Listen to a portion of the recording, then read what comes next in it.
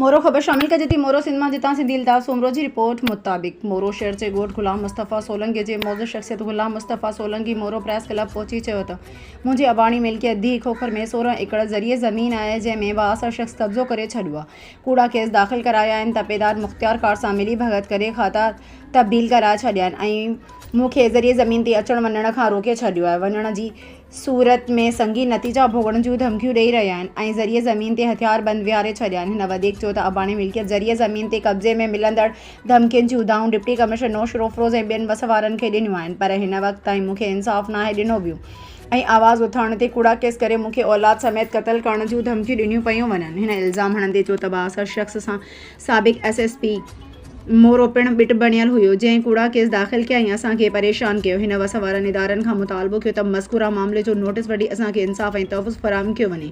ॿी सूरत में थींदड़ हर नुक़सान जा ज़िम्मेवार मज़कूरा माण्हू ऐं इंतिज़ामिया हूंदी। केस हले थो ते गुंडा विहारे मुंहिंजी ज़मीन ते कब्ज़ा करायो अथसि। मां राजू माण्हुनि खे सभिनी खे दावो ॾींदो आहियां त केरु ॿुधण लाइ तयारु कोन्हे ऐं मूंसां इंसाफ़ करायो वञे ऐं उनजी अली अकबर खोखर अॻियो वयसि छो चुको आहे उन सां मिली भगत करे मूंखे कूड़ा केस मुंहिंजे पुटनि ते मूंखे कूड़ा केस कराए थो। बाला ऑफिसरनि खे अपील आहे त मूंसां इंसाफ़ करायो वञे, मूंसां नाजाइज़ी बंदि कयो वञे ऐं मूंखे हक़ु ऐं पंहिंजो वठी ॾिनो वञे जीअं पंहिंजो जेको आहे असांजो पाल करायो वञे। मुंहिंजा औलाद मारूफ़ आहिनि, मां मारूफ़ आहियां, मां रिटायर मुलाज़िम आहियां, मां बीमार आहियां, मूंसां इंसाफ़ करायो वञे। 16 एकड़ साढा 16 एकड़ कहिड़े एकड़ में 4 एकड़ आहिनि सोरे मां ऐं 14 एकड़ 14 मां सरी नंबर मां 4 एकड़ आहिनि ऐं ॿी जेका आहे असां 16 नंबर मां जेका आहे असां 8.5 एकड़ उहो मुहागो आहे। 8 एकड़ जेका आहे असां उते मुंहिंजी खणी जेको आहे तपेदार ऐं मुख्तियार सां मिली भगत करे ऐं मिस्किन खे बेदख़ल कयो।